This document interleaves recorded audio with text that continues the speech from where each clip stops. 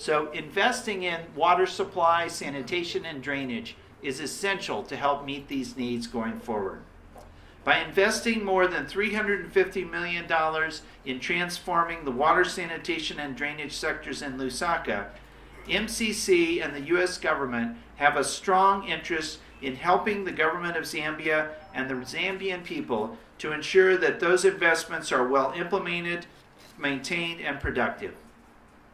And that is why MCC and MCA Zambia are working together with the Lusaka Water and Sewerage Company and Lusaka City Council through the Ministry of Local Government and Housing in order to ensure that the institutional strengthening of utility services and city management is a focus as much as pipeline construction, that the less fortunate are not an afterthought, as gender mainstreaming and social inclusion are a very important part of the plan.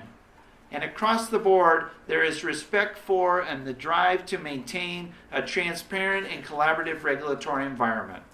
And also, procurement activities must be transparent.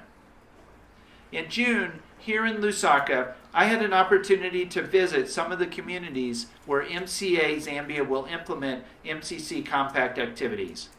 I visited Mtendere East, where I spoke with community members, men and women, who 1, 2, and even 3 times a day have to trek to the nearest kiosk or shared borehole to purchase enough water to barely meet the requirements of their families. Basic water needs for things such as cooking, cleaning, washing dishes and clothes, and most importantly, to drink. People have to work very hard to meet these needs.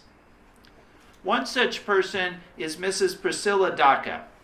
Every single day, she goes with her 7-year-old son to draw water using a drum, and her little son has to push that drum along.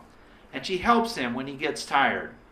She draws a minimum of 3 drums per day, and this affects her business because there is no one to look after her merchandise while she is gone to draw water.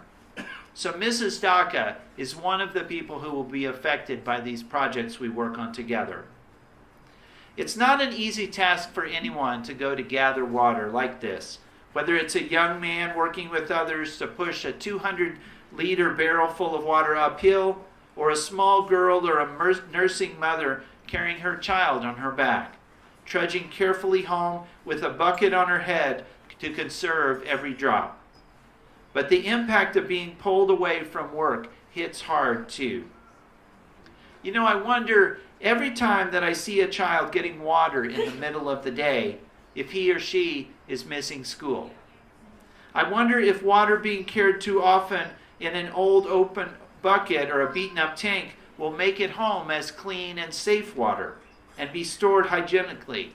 Will that water serve to support sustenance of life, or will it cause illness, diarrhea, and worse?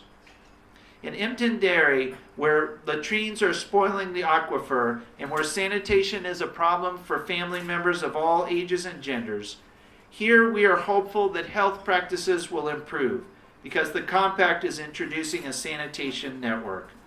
As many of us know, engaging with communities and households to ensure accessibility and affordability of sanitation may be the most arduous activity that we engage in of all.